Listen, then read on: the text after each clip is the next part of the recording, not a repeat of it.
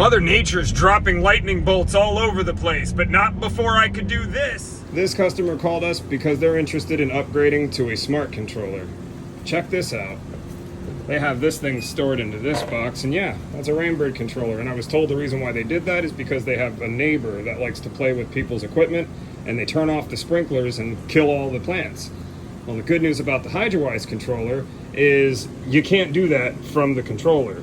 So they won't run the risk of anybody turning off their sprinklers, unless maybe they find that little bar in there. Mother Nature is getting ready to kick me out of another appointment, but not before I got the smart controller on the wall. The only thing left to do is stick a sticker on it, and then I'm out of here. All right.